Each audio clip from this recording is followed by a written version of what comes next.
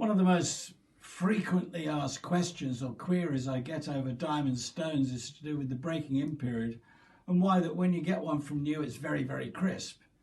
This is mainly because when these products are electroplated from new, it almost pulls in an additional layer of diamond to the surface which needs to come off to reveal the designed abrasive power of that stone. So to break a stone in, it's going to take 3 or 4 weeks of use, maybe up to a couple of months, and actually over a period of years the fine side improves and improves and improves. But to start with, what is a good rule of thumb is the following.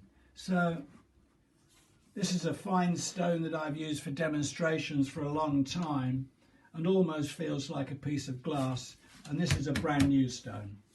So if I get this one out, unfortunately we don't do feeler vision, so you can't feel how crisp this feels, whereas this, if I put a little bit of fluid on there, that feels like a piece of glass. So if I put, let's say, a plain blade flat on the back here and give this a little rub, you will hear, well actually you won't hear very much, because that's how fine it is, and it's not a matter of hearing what it's doing, you can feel what it's doing. That's why you work with these softly and slowly. Whereas on a new stone, you will find, again I'm going to put some fluid on there, I'll put it on the fine side to start with so you can get a sort of feel of the difference and hear this one, I hope. But probably even more so if I flip that over onto the coarse side, you'll really hear this. Okay, it's a coarse stone and there's a lot of difference between that and the 1000 grit. However, brand new coarse diamond stone, what I would do to try and get rid of the diamond particles on top that need to come off is put the back of a plain blade on there, because you're going to need to flatten those off anyway. So just work this around with no pressure around the coarse diamond stone, really as much as you see fit.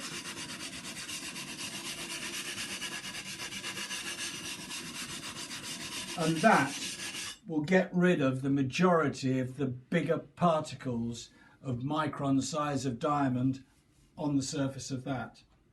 Before you go on to the fine side, it is vitally important that you clean this off.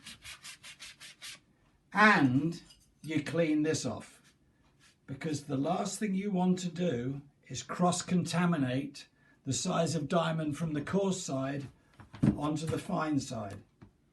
So once we've worked the coarse side down slightly, more fluid on the fine side, and repeat the same.